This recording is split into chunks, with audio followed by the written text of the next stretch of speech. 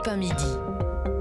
Et d'abord, donc, cette information capitale concernant l'attentat de Nice du 14 juillet 2016. Le procureur de la République demande la requalification des faits en homicide et blessures involontaires dans l'enquête sur les mesures de sécurité prises alors. Frédéric Michel, vous êtes le correspondant d'Europe 1 à Nice. Vous avez suivi toute cette affaire. Cette requalification, c'est vraiment ce qu'attendent les familles, hein.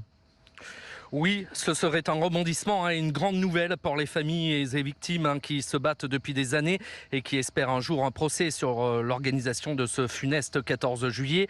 Elles ont toujours estimé qu'il y avait eu des négligences ce soir-là, mais il faut être prudent. Le procureur de Nice, avec qui j'ai pu m'entretenir, propose cette requalification en homicides et blessures involontaires et des actes d'enquête complémentaires, mais ce sont les 3 juges d'instruction qui doivent se prononcer. Ils peuvent refuser, le parquet pourrait alors faire appel et ce serait à la chambre de l'instruction de trancher. Dans ce dossier, personne n'a été directement mis en examen, mais 4 hommes sont placés sous le statut de témoins assistés. Le préfet de l'époque, son directeur de cabinet, Philippe Pradal, le maire de Nice au moment de l'attentat, et Christian Estrosi, qui était lui adjoint à la sécurité. Il n'était plus maire puisqu'il venait de gagner les élections régionales en PACA. Si la qualification des faits évolue et de nouveaux actes d'enquête sont décidés, ces témoins assistés ou d'autres personnes pourraient être mis en examen, ce qui ne préjugerait pas de leur culpabilité. Merci de ces précisions, Frédéric Michel, à Nice pour Europe 1.